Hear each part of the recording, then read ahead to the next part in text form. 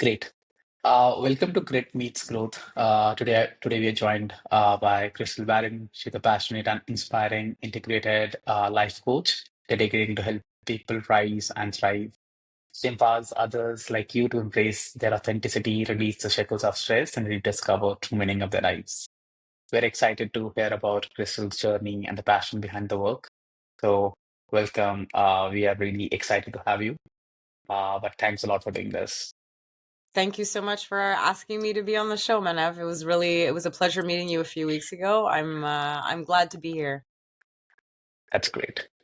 Cool. So we'll just dive into it. We'll start with Sure. the first question, which is like what made you choose uh like your journey as well as a career as a life coach? Like what sort of thing that inspired you, or like just want to know the complete sort of story about how you went into this. Okay. So I wasn't always a life coach. I haven't been doing this for my whole career. I actually, I've, it was January of 2020 that I started this business. And my journey started towards this business a few years earlier. And for me, it started actually with a burnout that happened in 2017.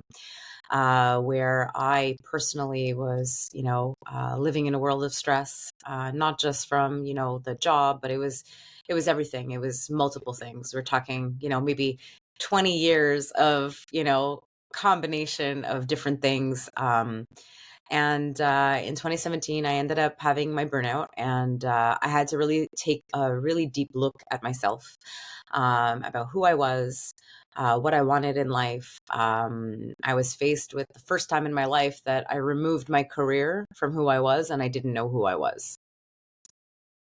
And that was very, very powerful for me. It was very difficult to actually navigate. And I'm sure that there's many people that have been out there that have had this happen to them, especially midway through their lives, right? We call it, many people call it the midlife Mm. crisis. Yeah, yeah. And I believe now that it's actually true. If we don't really follow our own authenticity and we don't follow our own path, um, we come to a place where we start to question everything. And that's really what happened to me. That's so true, right? Like I guess obviously, I can't really comment on that sort of an experience. It's been like 6 years for me. But I guess with the way that things are now fast paced, I guess that like at times every 2 years you feel like, oh, I'm just stuck, right? Like I want to do something. Like when I started my business, like obviously I was doing a job right after my college. I joined an agency where I was learning how to do marketing. Hmm. But then COVID happened, right? Which was obviously not just new for me, but for everyone, Yeah. for generations. And it was like a completely new world where everyone was stuck at their homes. Like, um, obviously, the first few months, like maybe a month, felt like, okay, this is fine. We sort of like we were with the family, we were enjoying it. Like, I came back from the place of my job to my home, like everyone basically had to. Yeah. So initially it felt like, oh, this is fine. It felt like a sort of a vacation. You were working, but you were like, obviously, it wasn't like a full sort of a stretch. Uh, but then, like, oh, after a few months, it just felt like, what am I doing? Like, I'm really not utilizing my time. Mhm. Obviously, as I mentioned, the work was much lower because a lot of businesses had to pause marketing because, like, if they can't really manage the logistics, how, like, what will they do by marketing their products, right?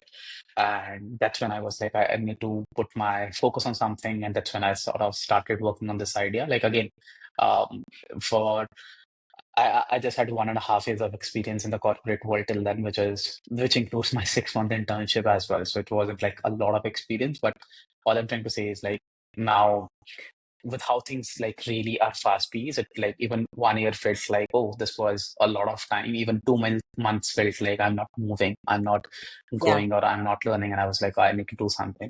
And that's when I started ideating or working on it. And eventually, with a couple of my college friends, I was like, okay, let's just do it. We'll see how this will go. Obviously, no one really had any sort of an idea, but we were like, okay, let's just try it and then we'll see. But yeah, I can understand where you like. Therefore, I Yeah. was like able to relate a bit. Obviously, not completely, but a bit that now everyone really sort of feels stuck.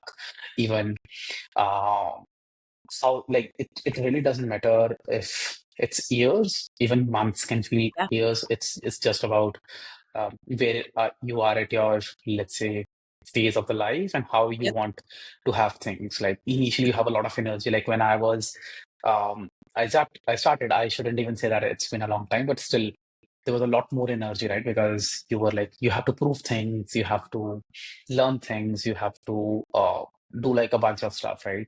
So But that's everyone also wants, what happens, right? Is we're creating this box of expectations that we're supposed to be doing. And so, you know, there's two sides of it. And I think that you bring a really good perspective because there's a lot of young people that are going to be watching this, as well as people that are in their 40s and everywhere in between.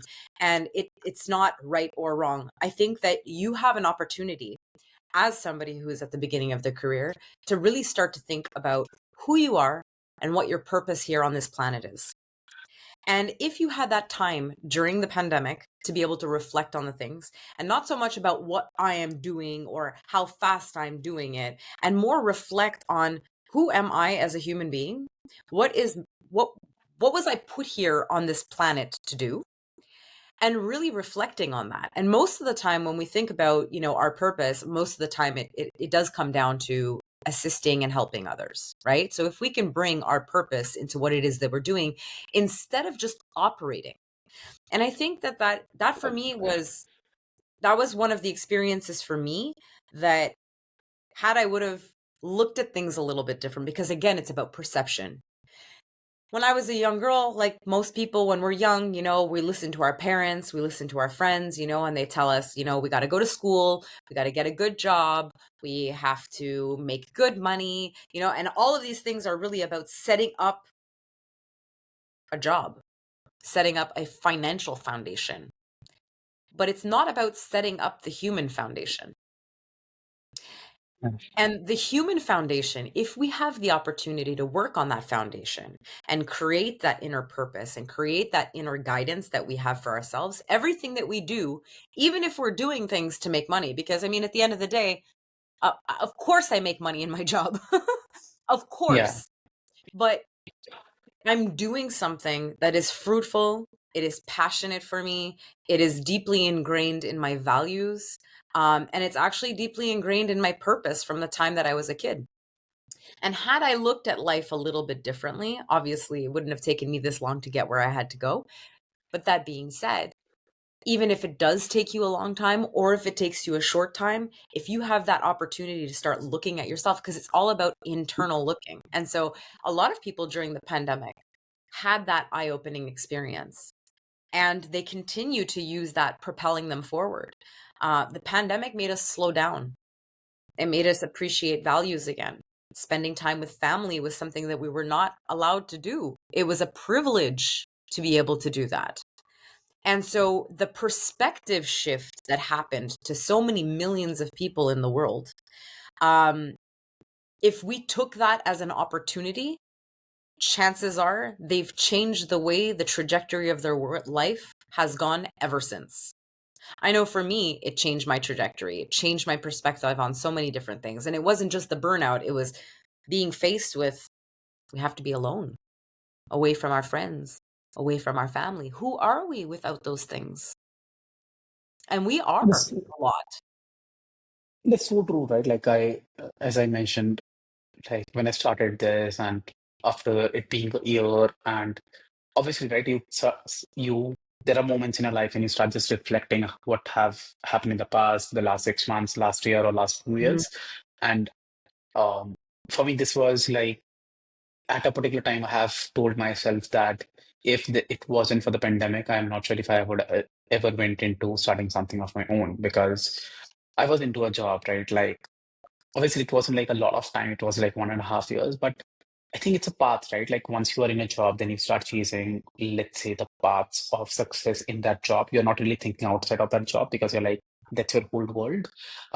You're like, okay, right now I'm a business analyst. I want to become a senior business analyst. I want to become a manager. Like those are the things that you keep on seeing, right? Because you're spending like 8 or 10 hours on something on a daily basis. You're just seeing people around that are a part of that organization, and you're like, okay, I want to just maybe prove myself. I want to earn money, and I want to sort like that's a loop, right? Is what I feel. Mhm. And Obviously, obviously pandemic was not something that we needed, because obviously a lot of people, like, it was hard for a lot of people. Yeah. Like, I know my family, like, I have some of my relatives that faced a lot of issues, someone died. So it wasn't a pleasant sort of a thing, but still, No. as you mentioned, it still gave some sort of a pause to the world, saying that, okay, you might have to look at things a bit more. So, um, whoever was able to do that, they were able to get something out of it, is what I can say. Like, obviously, you'll have to stop thinking about what happened, because obviously no one wanted that to happen. But let's say it's But out what of the did you control, learn right? from it? What did we learn Yeah, from it? And I yeah, think, yeah. that's so trauma, trauma can be big, it can be small, but for each person, they receive this trauma differently, right? So that's the first thing. Some people might be like, oh, well, it wasn't that big. It's not that big of a deal. For them, it was a big deal. And I think it's important that people understand that. But True. through trials, through difficult situations, through adversity, we have one thing that we can do is we can learn. There is always something for us to learn, whether it's about ourselves, whether it's about other people, whether it's about ourselves and the interactions with other people, how we reflect on ourselves, how we reflect on our life, all of these things, every single experience. I grew up with a pretty, I would say, in pretty difficult situations, and I'm sure you faced many difficult situations too in your life. Yeah. If we focus on all the difficulties that we've been through, we will never advance, because that puts us in a mindset of lack. It puts us in a mindset of victimization. We victimize Victimization. Yeah. ourselves. Yeah. And when we can learn how to take those experiences and translate them into education, your life will change. No, that's again right. Like, there are lots of, like, I guess there are lots of points that we can talk about on ours. So, like, obviously one of the things that you mentioned about trauma, right? Like, I was just reading this book, which is what's the name of the book? Like, out of the courage of the courage to be disliked. Yeah. So Oh, I was just yes. The courage to be disliked is such a good one. and like, that person really talks about, like, firstly, I really love the way that book has been written. Like, it's an interaction. It's not really a book, it's more like an interaction of two people, Yeah. and the way they have done it is amazing. Like, I haven't read it. I'm just like, I am now into audiobooks a bit more, because I've been like, You're these listening are, to it. It's a yeah, I'm story. listening to it. Yeah, it's a story, and therefore, like, it just feels like a great book to listen than just maybe read, because it's like a story and I'm just hearing two people out. But again, right, like, they touch upon trauma in a very different way. And I was like, when I heard that for the first time, I was like, okay. But basically, like, he's just trying to say that it depends on us as an individual, that how we want to take things. If you want to just create everything as a trauma and then say that there are, let's say, repercussions Life of that, sucks. then yeah, yeah, then we are like just putting ourselves into a phase where we don't really want to get out of it, or we don't want to really, let's say, change. Yeah. And I don't but think but anybody again, right? believes that they're in a I don't think anybody believes that they're in a victim mindset. So that's Yeah, yeah, we're going to make sure to put that out there, because I think it's really important that everybody's journey is going to happen at the time that they have. You might have friends, but I remember when I was listening and reading this book, I remember seeing his trauma and seeing his resistance to change as so if I was listening to a friend of mine. yeah, And then I started to look at myself, because it doesn't matter where you are in your process, whether it's the first time that you're touching this, or if you're an experienced, like I'm experienced in this field. This is what I do. And even though I've only been doing this as a business for 5 years, I've been studying people for 20. yeah. So, at the end of the day, it's a lot of experience. And so when you're able to take information and learn and grow through it, that's the first step in the game. The first step in the game. So again, right, like obviously when you said that you were able to understand the person Hmm. as well, like in the book, I guess you definitely can. You can relate that a lot more than us. Like I was able to understand with the person who had that resistance because I was like, even I would have that sort of a resistance. Like initially, like you start again, right, like as a youngster, or anyone that starts with any sort of a journey, they always try to they like everyone wants to understand everything and right and they're like, oh, let's say I'm not doing this, why am I not doing this? Is that something related with my past? Is that something related with how I was treated? But after reading the book or after listening the book, I was like, I need to maybe just think about those things again. Like everything has to be thought of again. I need to understand that that's my way of, let's say, starting to give reasons on things, which Yeah. might not be true, which might be just my childish way of, let's say, getting attention is what he talks about, or my way of just not figuring that thing out and just saying, oh, this is happening because of this. I can't really solve for this. Again, that's just your ways of uh, what I should say. Like that's just our way of saying that okay, this is happening because of this, and this has nothing to do with me, Yeah. and your maybe a sort of incapability or let's say unwillingness to solve that. You Yeah. don't really want to solve it, and you're like, okay, this is happening because of this. So we have one of the most incredible things as a human, and it's called a brain. This incredible thing is created to protect us. And the thing is that we program it to protect us. The thing is that we are not taught how to program it. So we come into this beautiful planet as children and we're receiving information. We're just receiving Yeah, the information. We don't know where to put it. We don't know where it's supposed to go. Is this supposed to be something that we remember all the time, or is this something that we're supposed to deposit in our subconscious? We're also not necessarily taught about our emotions and how to regulate emotions and how to regulate feelings and how to express ourselves in a constructive way. So the brain takes all of this information in, it deposits it into a whole bunch of different places. And its biggest job is to protect us. yeah, And so yeah. the feelings of discomfort, protect.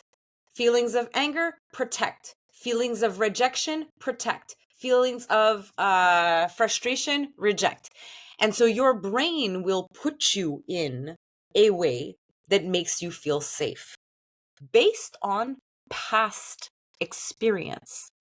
So, if in the past you've been put in a situation and you acted a certain way, the brain will automatically say subconsciously, okay, well, we got to do this again because it worked last time.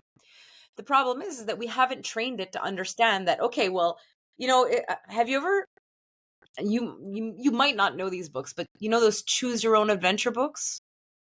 Yeah. No, No?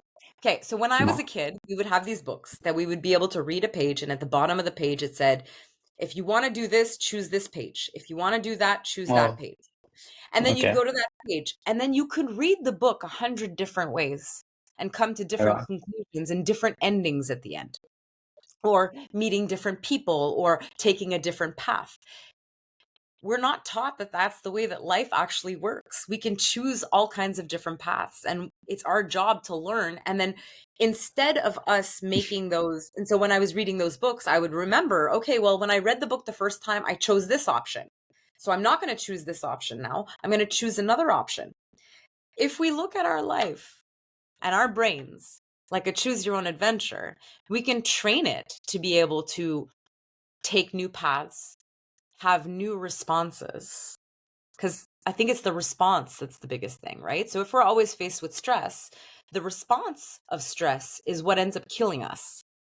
It's the pressure that it puts on our body, it's the pressure that it puts on our mind, it puts the pressure that it puts on our relationships. It's not the actual stress, it's how we actually process that Per se. stress, So right? true. Yeah.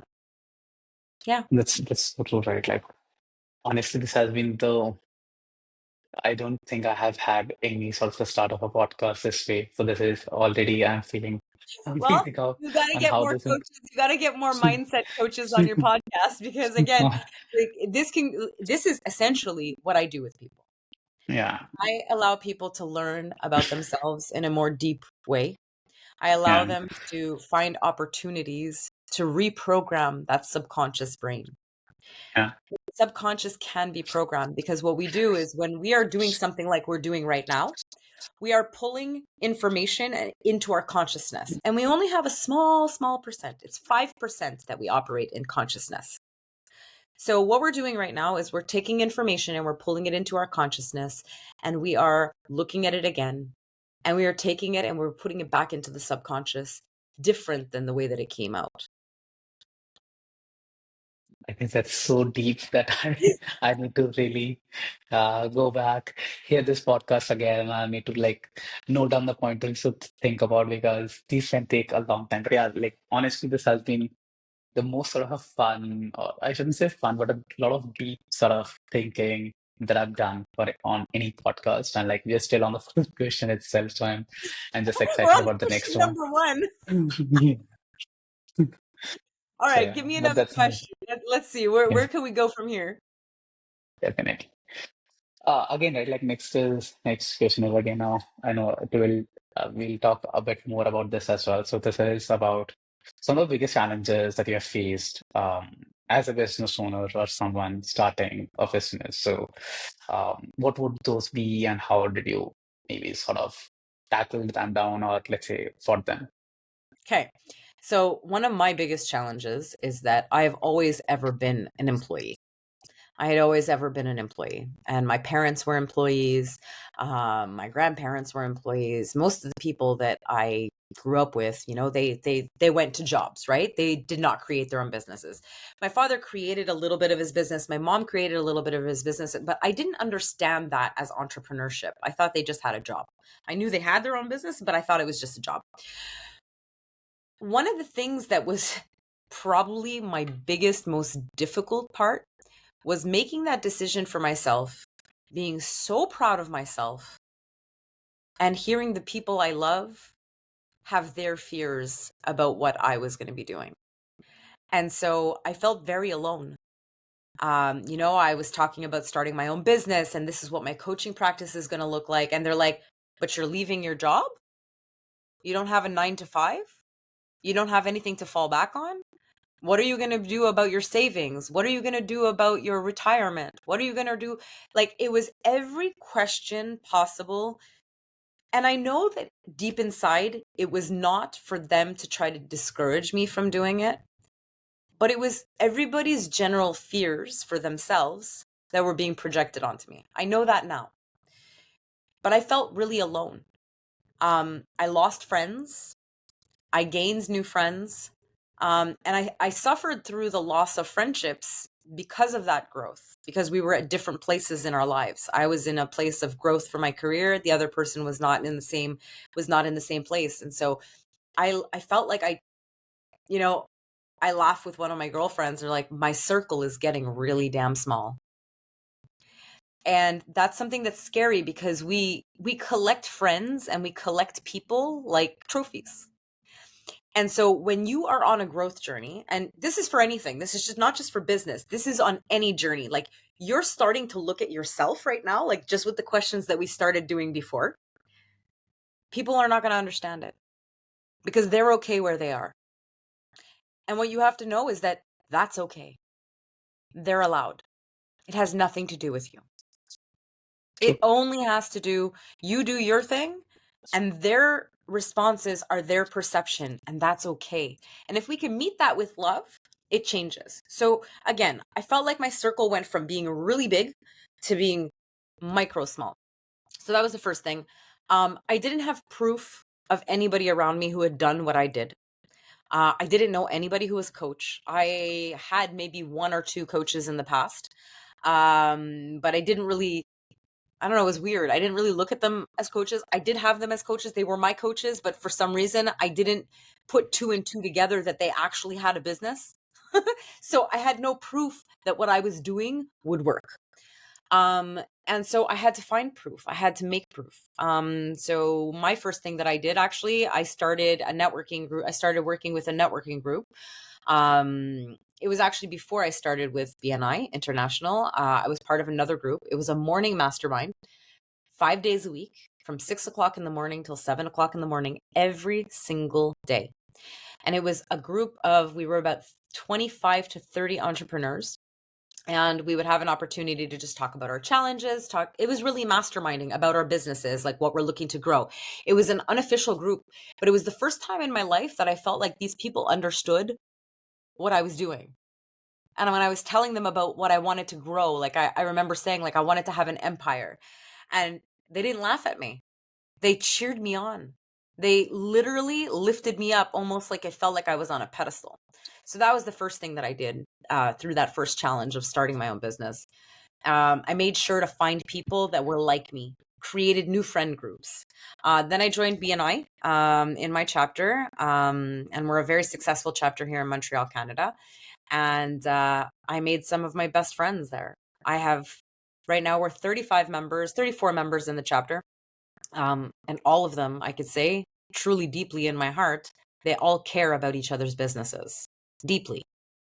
And the more I do this, the more I have crazy ideas, the more I'm able to present those crazy ideas to other crazy entrepreneurs that have made it happen, has showed me that there's proof that it's possible. So it's So not that our parents are wrong. It's not that our friends are wrong. It's that they are living with fears that they can't do it themselves. And they're projecting that fear onto us. it's basically the conditioning, right? Like Yeah. whatever they have understood in the life, Yeah. that's more of a reflection of that, right? Like obviously, none of your friends or family would want anything wrong for us, but they will only share experiences that they know about, and Mhm. obviously things that they have not seen or faced, they can't. They'll be like, "We're not sure, so you might not do this," because uh, they can only talk about things or experiences that they have had. So yeah, like that's a very like. See, I am from India. Like I was, it was just 2.5 years when I was in a job and I was looking to change or making a switch. Um, my father is himself a businessman, right? Like he like throughout his life he's just done multiple businesses. Um, but even he was a bit skeptical, right? Like he Mhm. was like, maybe like, do you really want to do this? Because this will require a lot more hours. This will require a lot more strength, a lot more endurance, a lot more patience Mhm. than what can like He's maybe a just job trying to can. protect you. Yeah, and again, like obviously, as a father, I would even want something wrong for me, but initially it feels like, why is he not supporting? Because I want to start this, I want to do this. Yeah, he like obviously my mother was very supportive. She was like, maybe he had some sort of a faith, and she was like, maybe all mothers do, but she was like, yeah, like there was no question that came from her, and she was like, "You do your thing. I don't have any problem." And she obviously supported me. She obviously convinced my father, and I did it. But yeah, like all of those questions would have came in to me uh, as well. Some of my family members would have said it. They were like, "Why are you doing this? Like, is it something that you definitely need?" So again, like all of those questions do come in, but obviously with time you realize that they're not saying it because they don't want something good for you, but they are just coming in from whatever they have For understood or their yeah, experience. yeah. And So you said it very clearly, like my father was a businessman, so you couldn't even understand why he was saying these things. And yeah, he was coming from it from an experience standpoint. He's yeah, experienced stress. He's experienced growing a business. He knows how hard it is. yeah, And I think that every parent on the planet wants the lives of their child to be easy. yeah, But here's the thing. So his fear was you having a difficult life. yeah, And the way that you perceived it, the way you perceived it was, why aren't you supporting me? And so again, two separate people with the exact same message in between. The way that this person is passing along the information and the way that this person is receiving the information, two yes, totally different things. This is why yeah, wars are started, because sometimes you can say something. You know, words are like magic. You're spelling. You're actually casting spells. You're casting magic into the universe. And so when we're trying to inspire people, when we're trying to, you know, provide them knowledge, let's just say, whatever it may be. We have to be very careful about how we're choosing our words and with whom. The relationship between a father and son, or mother and son, or brother and sister is very different than a relationship with a coach and her client. I have the ability within my coaching sessions to have an opportunity to step away from the emotions. And so I can see things for you that are very non emotional. And that's a big thing because I mean, I look at my husband, he'll say something to me and I'm just like, oh, I can't believe you're saying that. And he's just like, I only want the best from you. And if my coach were to say that to me, I'd have no problem receiving the information. So Same true. phrase, Yeah. different perception. Yeah. True. So true. Again, right, like obviously it, as we mentioned, like it's also depends on the intent, but then also it depends on how we want to take that in. Like just like obviously you talked about a very sort of a close relationship, right? Like let's say of a husband and a wife, but even friends, right? Like at times we don't even take advice from our friends because we're like, oh, you need to support me. Why are you discouraging me? Or let's say, why are you uh, pointing out mistakes in me? Right? Yeah.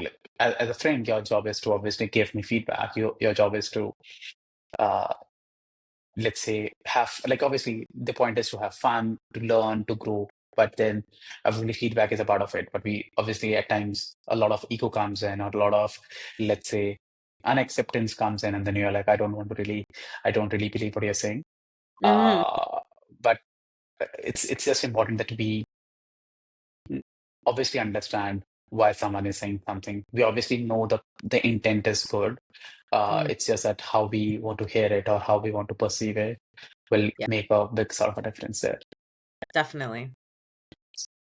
Cool. So that was, I knew that this will be something that we'll talk about in length. So that was amazing. Now we'll just go to some of the numbers and about a bit more about the business. So uh, for your business, like let's say there are different channels definitely that definitely bring in business. So Yeah. can you break down, let's the different channels? And when I say channels, it doesn't really mean online. It can be anything, so that Yep. anyone who's looking to start something knows that these are the channels that they need to focus on to grow their business in as a Absolutely. life coach. Absolutely. Yes. So, for me, there are three main pillars in my particular business. There's the one-on-one coaching where I meet with people like this on Zoom, and we have our coaching practice, and we usually work with each other anywhere between 3 months plus. I have clients that it's been 2 years that I've been working with them. I have clients that it's been, 1 year. I have clients that, work with me for 3 months. It really depends. And so for me, that's my first line of business. My second line of business is my group programs. So that's I would say it's an accessible area for everybody to be able to join in. From a cost perspective, right? Because you have the opportunity to be with a few other people. So the cost is a little bit less. But not only that, is that what I love about the group programs is group programs are it's group growth. So one person in there, it might be the talker. There might be a group, let's say if you have 6 people, there might be somebody that's a good talker. And when we're discussing things on these calls, the power that one person can share their story and we can, find Yes. power and strength from it. It's beautiful. So that's my second pillar, which is my group programs. And usually they're a bit smaller. They're about 6 people. So 6 people, intimate sessions, about 6 to 8 weeks, depending on the cohort. And then the third one, which is one that I can't say I love it the most, but it's definitely up there. I love doing public speaking, going into companies and large organizations, and being the person to help inspire a year, to get people motivated and ready to go, and having a little bit of excitement in there, to get them excited for their year. Also, if businesses are having challenges with, stress and burnout and employee rollover and stuff like that, to be able to come in there and to teach the executives and the business leaders, how to work with people. Teaching a manager how to be a leader is a beautiful thing. Yeah. And I love doing those. So those are my three lines of business. I have other ways of making money. So I wrote a book. It's actually an organizational planner. You can find it on Amazon. Great. You can find it on Amazon. It's called the Small Okay. Steps, Big Wins Organizational Planner. Okay. And it's something that I wanted to create for myself, for one particular client that I was working with. And I created it. And so that's another way that I have income that's generated in my business. And, again, those are the three pillars. So like one to one to many, and corporate work. Like also like I wanted to understand like what are the like these are the let's say the revenue drivers in a way that these are what you basically do, but from where like also want to understand for the users that from where these people come in. Like let's say Uh-huh. BNI is let's say a sales sort of a channel for you, right? So I also wanted to understand the channels in that sort of way as well. Perfect. So, first channel, which was the scariest channel for me when I started my business, was social media. Okay. Putting my face out there, opening up my private Facebook page, opening up my private Instagram, and allowing people into my world. And so that was one of the biggest challenges for me, but it was actually one of the most beneficial. I get lots and lots of people coming to me through Facebook and Instagram, especially. I've started working recently on LinkedIn, and I've gotten a few new leads from LinkedIn. So that's actually a really good stream. So social media, I say, is something definitely it shouldn't be missed. There are multiple ways to do social media as a coach. You don't have to always be the person that's in the present. Like, you don't have to show your picture. You don't have to be on video. There are tons of different ways to do it, but just being on there consistently is going to be something. For me, I enjoy doing videos. I don't mind doing that stuff. I don't mind going live, but it was still a challenge for me at the beginning. Now I'm not so big, not so bad. And then I have to say that the second is really networking. And we're going to put BNI in its own box. I think BNI needs to be in its own box because that's very, very specific. And I'm personally extremely passionate about BNI.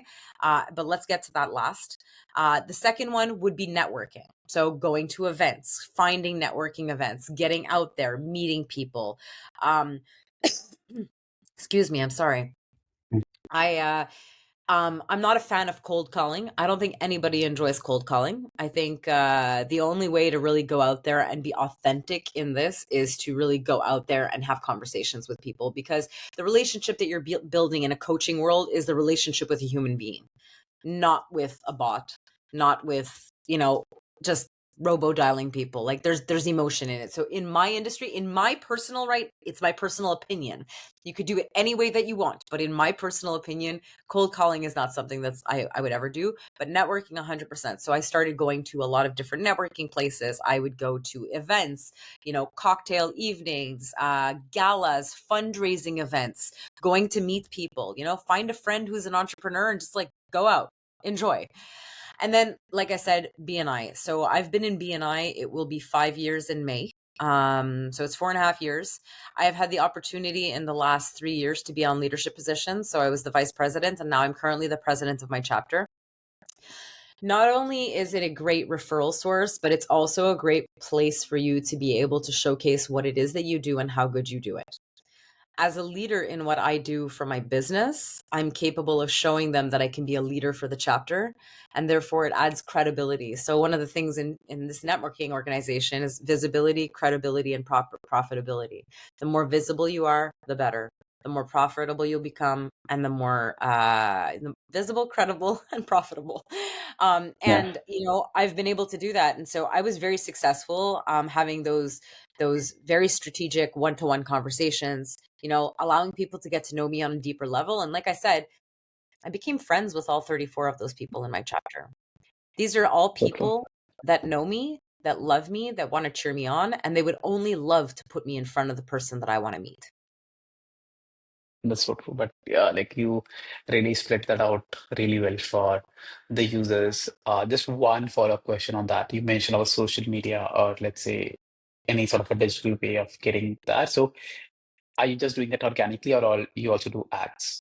Like, do you So also I run ads? start, so I work with a lot of coaches that want to become coaches also. So that's also another Yeah. stream of my business, that I work with Okay. coaches who want to be coaches. Okay. I do believe that there's a place, a time and a place for sponsoring ads and like doing marketing. I'm never going to knock that because I'm doing it now. I'm paying somebody in my social media to help me do my posts and to help me, program and schedule and do all of that stuff to make sure that there's like a kind of organic, creation. Yeah. But I have seen success with having sponsored ads and stuff like that. But again, there's a time and a place. Like, would I start that when I just started my business? I don't know. Yeah. Could I have? Of course. But we have to build, I feel like we have to build ourselves before we build the rest of it, right? So like if we're not comfortable doing social media, having an ad going out and bringing it in, there's something to be said about growing the person as an individual and taking small steps to be able to get where you want to go. But I think that it's important, like I said, now I would say 2.5 years probably into me doing my business. That's when I was able to, build up enough, the finances to be able to start paying for leads and paying for sponsored ads, depending on the different promotions that I'm doing. Like I did a retreat. That's a very different market. So putting sponsorship behind that made sense. Yeah. No, that's great, right? Like the reason that I wanted to know is because today, like every business that wants to start obviously knows that, let's say, running ads is critical. Like it's sort of just becoming obviously, right? Like it can depend sort of business to business. Like let's say if it's a Yep. D2C business, they can't really exist without running ads. Yep. Or I should say, like it's almost impossible. It's not like no business would have done that, but yeah, it's like one of the biggest or the most important sort of things that they need to do. So yeah, like just wanted to clear that out so that anyone that's starting knows that. But yeah, you really split that out really well that it's not something that you should start immediately. If like again, right, like there's no rule of thumb or there's no, let's say, something written that this is how it has to be. But yeah, that's basically even like I've been doing ads for the last 6 years, and that's what I suggest my clients as well. That not Yeah. just for, let's say, coaching business, but for any business in general, maybe understand about what your offerings a bit more, understand your users a bit more before you, let's say, put in money to acquire them. So That's that's what I would okay. say. You just said something very powerful. You can't put money into ads if you don't know the brand vision. Yeah. And so I would say before you start running the ads, like you said, from a marketing standpoint, one of the things that I did, because I had a good coach in BNI, I worked with a branding manager and she worked with me on my vision to understand my tone, the specific words that really emulated who I was, what I do, and really created a brand vision, understood the brand colors, like what does it feel like? We're not talking about colors just for the fun of colors, but colors based on who Crystal is, right? And So that was the foundation. So yes, I put money in. I put a lot of money in the beginning on building the foundation for my marketing campaigns.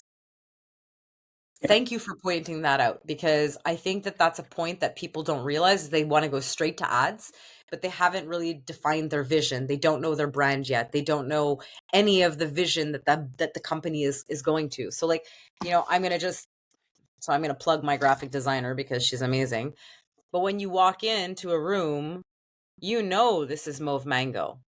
You know that this designer, like this is her signature calling. When you see this, it's her that did the work. When you walk in with my business card, that when you see the color, it's Crystal. So again, really creating that brand entity to be able to go into the brand advertising afterwards is critical. So true. Yeah, that's great. And obviously, everyone that's like, this is one of the biggest sort of takeaway, especially for new age business that are starting with that. Yeah. Understand a lot of those things before the paid advertising or the paid acquisition starts. Uh, cool. Moving on to the Definitely. next one, right? Which is again, right? Like you are a life coach, which is I would say, like it's a difficult business when it comes to marketing. Like it's not I'm not selling a t-shirt wherein Yeah. anyone I can just show an ad and say, oh, this is a cool t-shirt. Why not? Why don't you try it? So it's not something that you can use like, let's say, conventional or normal ways of marketing to like Mhm. talk about you or talk about your proposition. So how do you identify, or let's say you talked about you create content. So how do you basically structure your marketing strategies, or let's say marketing in general, so that you're able to hit the right people, so you're able to convey your message and um, basically get that curiosity, because obviously you have to really understand the user before they come into you, but still there has to be some curiosity from them Yeah. before they come, right? So how do you do that? Because that's something I'm really interested to know about. So I think that's an interesting question. And I think it used to be very hard for me to define because I didn't understand about niches. And so, when I first started, somebody asked, well, what's your niche? And I was just like, I can help everybody. Yeah, but no, it doesn't work like that. And it's true. I can help everybody. I can help anybody that wants to be happy. If you want to be happy and you want to achieve success and you want to achieve success in your personal, professional life, I can help you do that. But I can never help the person that doesn't want the help. So I needed to understand who I was talking to when I was going to be talking, right? So I've specialized with working with men and women from the ages of 27 years old to, I would say, 55 years old. It's a pretty big gap. I work with people who are going through life transitional stages. So sometimes students going to employment, could be somebody going from being single to engaged to being married, or buying a house, or changing careers, or coming to retirement age, right? Retirement is a big one. And so I had to learn to talk to them. And interestingly enough, what I love about what I do is that ultimately I'm helping people like me. I'm helping me. Usually we create a business in which we're trying to help ourselves.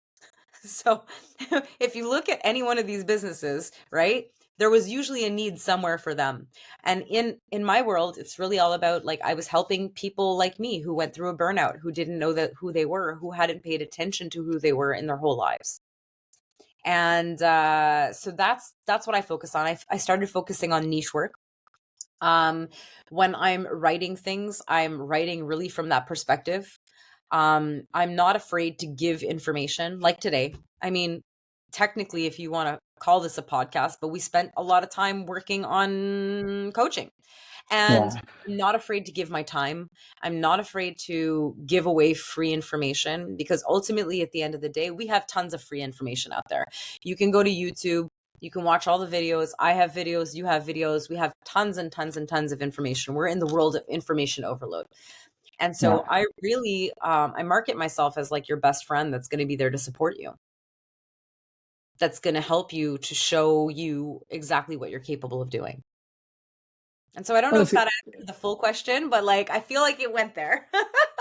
it does, right? Like, see, one of the biggest things that you mentioned is, again, right, like I'll just bring the elements of marketing because that's how I Yeah, of course. understand this. But you brought in the positioning, right, which is you position yourself as a friend, or that's what you basically want to project. Because if someone is not really feeling you as a friend, I guess it's difficult for them to share that information or even get sort of any sort of help from you. So um, that's what really matters, right? Like, let's say for any sort of a brand out there, like I'm just talking about any brand in general, their positioning is the biggest sort of thing. Like, what sort of a difference are you going to make Yeah. uh, for someone who is going to buy a product or your service?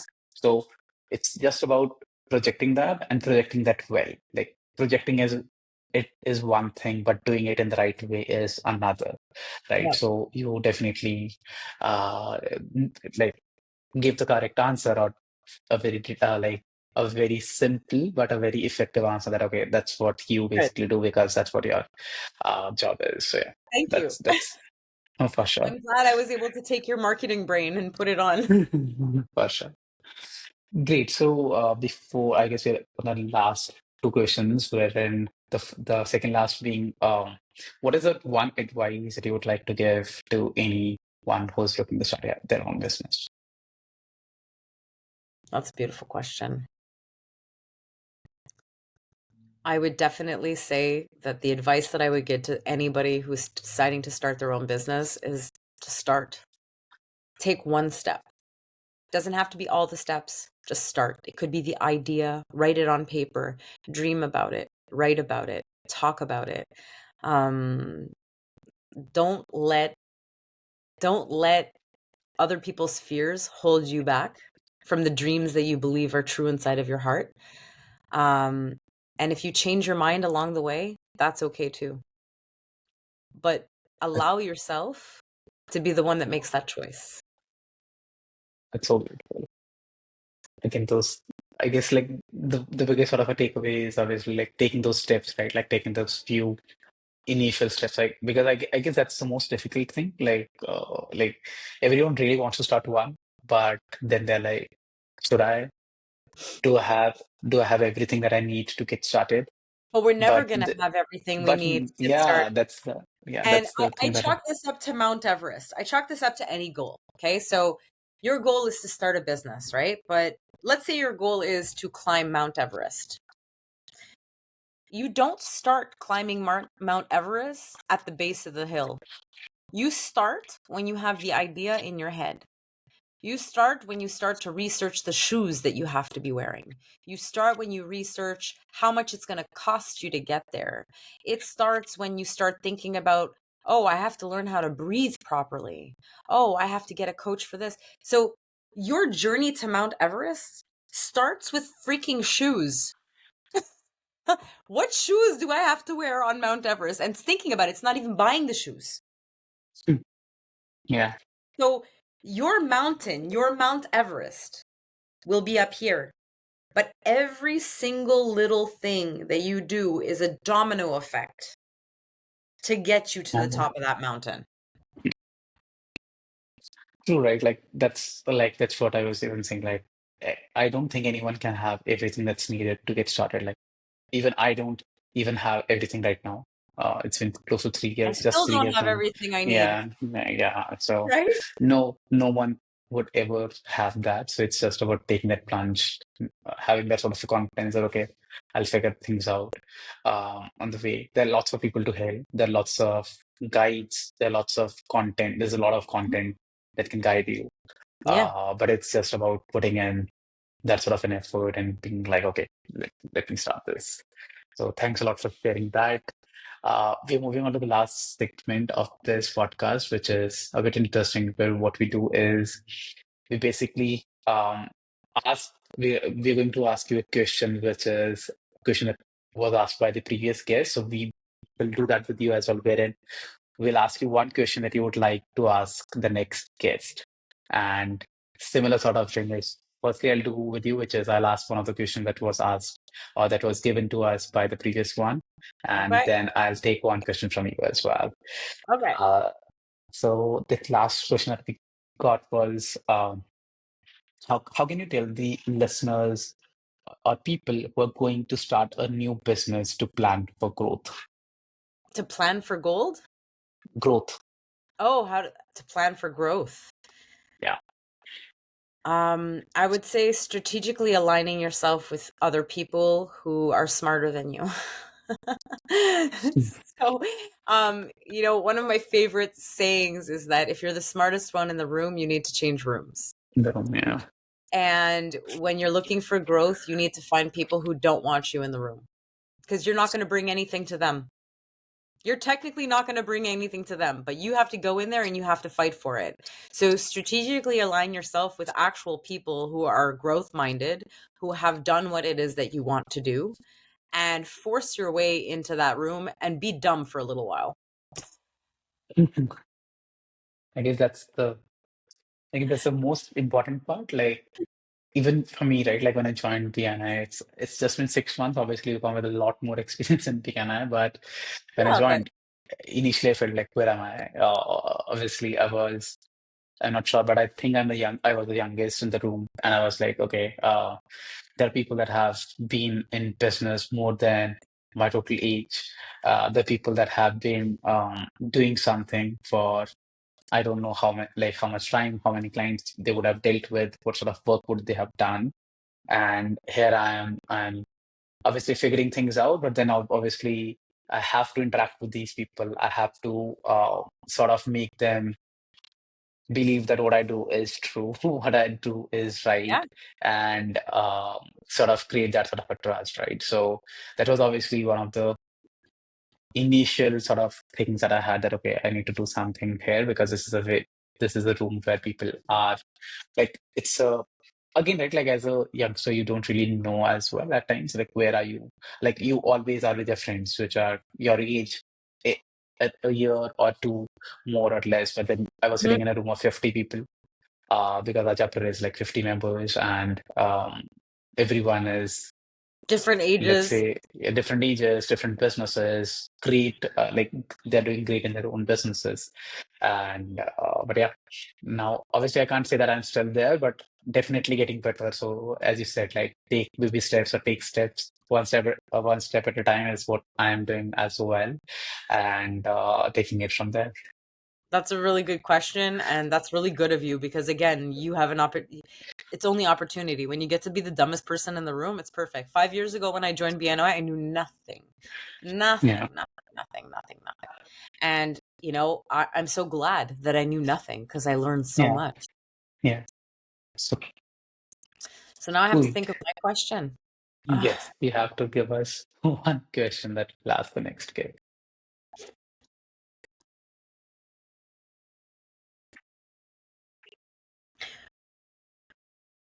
what was one belief that you had about yourself that you had to overcome in order to be successful in your business? My God, that's again, like I guess that's what you do, which is bring like put people into a deep sort of a process of thinking. Like, I'm going to uh, apologize. I'm going to apologize for the next guest because you're getting a coaching question. I'll have to give it 5 minutes at least to prepare for this one. That Yeah, I think that's one to send in advance for sure. yes. So, but this is definitely something like I guess tonight this is something that I'll be thinking about. So Good. thanks a lot for sharing that. Thanks a lot for doing this. Like, I don't think we have ever, like, we had even done a 45-minute session till now, and we are 57 minutes in. And honestly, I Oops. think I can still talk to you for another hour because there's a lot to talk. So thanks a lot for putting in that sort of time, explaining everything in detail, asking those questions, making the conversation so deep, which is very clear from what you do. And this is after we have done a 30-minute one-to-one before this. So Yeah. so I can understand the type of sessions that you would be having with the people that you coach and the people that you train. So, but again, Thank right, like thanks a lot for doing this. Thanks a lot for sharing this. I guess um, this is, if not but one of the best, not just a podcast, but a session that I've done with anyone. So you. thanks a lot for that. And I will, I guess, yeah, like we'll obviously I just put the pause for it. But again, like once again, thanks a lot for doing this. Thank And you. I will, like, we'll have some questions that the team will share. They'll do the editing.